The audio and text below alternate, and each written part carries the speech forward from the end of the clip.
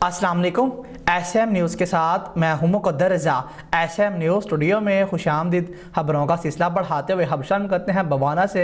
बवाना में तहसील इंतज़ामिया नाजायज़ मुनाफाखोरों के खिलाफ मुतहरिक दिखाई देती हैं। असिस्टेंट कमिश्नर बवाना राय खुरम शहजाद भट्टी ने डिप्टी कमिश्नर चन्योट आसम जावेद की हदायत पर महकमा रेवन्यू और महकमा ज़राअत अफसरान के हमरा शहर का दौरा किया।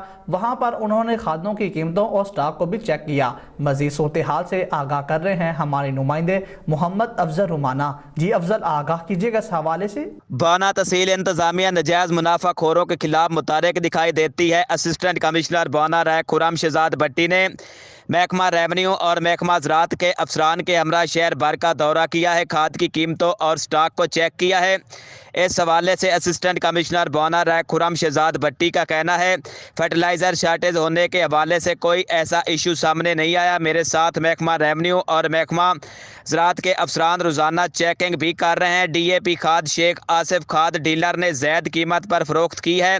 इतला मिलते ही फौरी कार्रवाई करते हुए शेख आसिफ खाद डीलर को 35,000 रुपये जो है वो जुर्माना किया है। खाद डीलर के स्टॉक और कीमतों को चेक किया है। इनका मजीद कहना है, डिप्टी कमिश्नर आसिम जावेद की हिदायत पर खाद ज़ैद कीमत पर फ़रोख्त करने और स्टॉक करने वालों के खिलाफ कार्रवाई की जा रही है। अगर आइंदा खाद महंगे दामों फ़रोख्त होने की इतला मिली तो फौरी इस खाद डीलर के खिलाफ कार्रवाई की जाएगी। कैमरामैन मोहम्मद आरिफ डक्कू के साथ मोहम्मद अफजल रमाना बवाना।